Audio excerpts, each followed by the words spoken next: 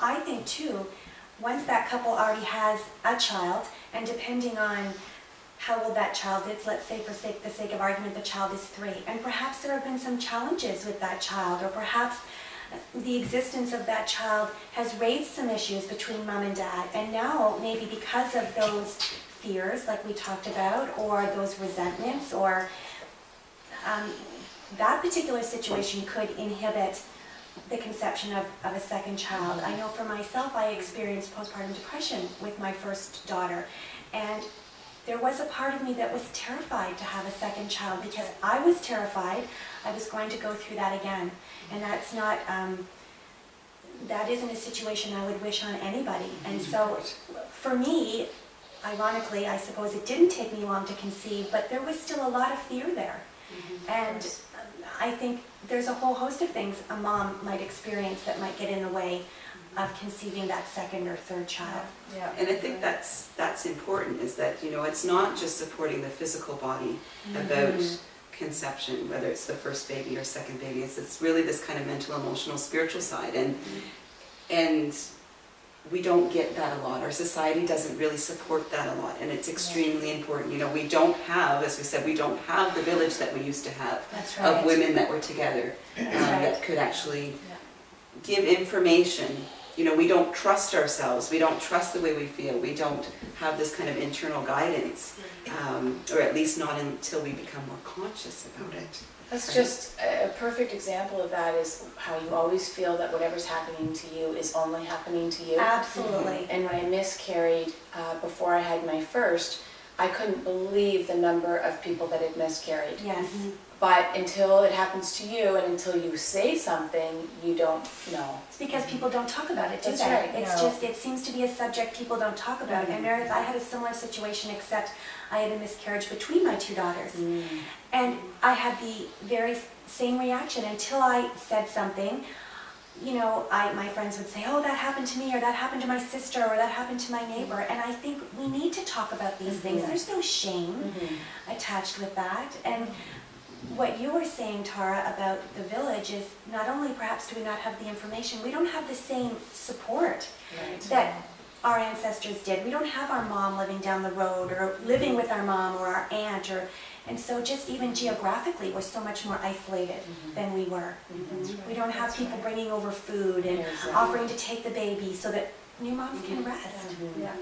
And that's really what this team is about. Like, Yes. this is what our job is. This is what why we're putting together this show, is so that we can provide some of this information for people, and so that it's, you know, it's in a fairly safe environment. And what we want to do is we really want to open it up, and we want to encourage questions, and we want you to visit the blog, and we want you to kind of interact with us and let us help you with some of these ideas, and let us be your guide. Let us help you with your families. Because the information is out there. We know what's out there. And it's just getting it widespread so that people don't feel so alone. Yes. So alone. And they're realizing that there are other options. There are other ways about going about breastfeeding or conception, or you know, a whole host of lists. Or supportive ways in conjunction with things that they are comfortable with.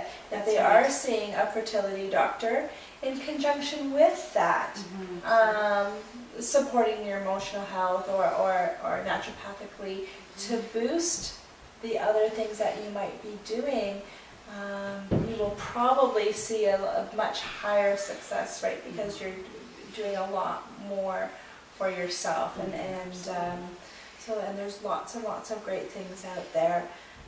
And we will include at the end some resources and suggestions that you can look up, some books. There's some really great books if somebody's a reader, and websites, and within the community, and there's some thoughts and ideas. I'd really like to add to that about combining the allopathic side with complementary. I know Tara and I both see a lot of people with fertility that are undergoing IVF, IUI, that they're seeing the fertility doctors for it, and with acupuncture and hypnosis and looking at the diet and everything, you can really boost the success rate and not spend so much money. Yes, And yes. it's amazing to me. And Knock that on pro- wood. yeah. It's And- been really good. You know, in that process in itself, when I am working with families that once they do conceive, that whole process in itself of the fertility issues can also add to the emotional, physical well-being of somebody. So it's really very, very beneficial to get that supportive team for that piece too, because it's a large investment, as you said, with financially, emotionally, and spiritually. And then all of a sudden, maybe, or not all of a sudden, but they do conceive, and then there's that next piece. Right. So yeah, very, very much so. And even if a couple is having troubles conceiving, they start fighting between themselves. Yeah. That Yes, happens for a sure. lot. And if one or both of them has a team such as this behind them, they can help explain to the other person, this is very common, these are some of the reasons, let's work on this. And then one of them or both of them feels completely supported in what's going on. Right. The blame game happens a lot. Exactly, Yes. exactly. It If does. it's one who is, perhaps the man has low sperm count or something, Right. he could very potentially feel at fault or feel shame or Mhm. feel It's very responsible. demoralizing for a man. Very Yes. demoralizing for a man. And he And needs again, to he be- doesn't feel supported, right? Like Right. that's. And he needs to feel supported. Mhm. Yeah. Yeah, yeah. It's disappointing that, and that's why we're here, Right. Yeah. that there isn't more of that for families and For women sure. and men. Yeah. For men too, Especially for men. I find you can find a lot of things for women in support. However, for men, it's very difficult, and it's hard for them to speak it out, what they're feeling inside to begin with.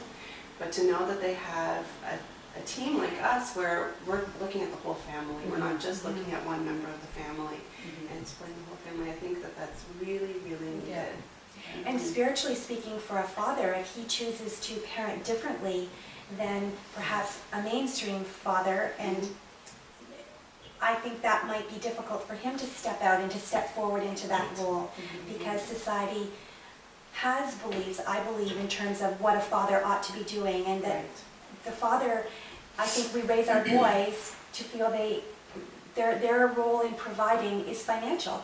But there are so many more ways that a father can provide. He can provide spiritually and mentally, and he can support his wife, and he needs that support reciprocated for him as well. For sure. Yes. What a great point for proving, proving for the father. Women don't need as much proving, I don't find, as men, but proving that supportive care helps them conceive and take that next step. You may find that them a little bit more open then as they continue their journey when, wow, that really did work. Yes. That worked. That felt good, and so and that's the start of their journey. That's the start of their journey, and they're learning this child, or lack thereof at that point is helping them learn about themselves and what is out there. So what an amazing opportunity men do have also to change themselves, something that they may not have otherwise known if they may not have had those struggles. They may not have had that opportunity for growth. So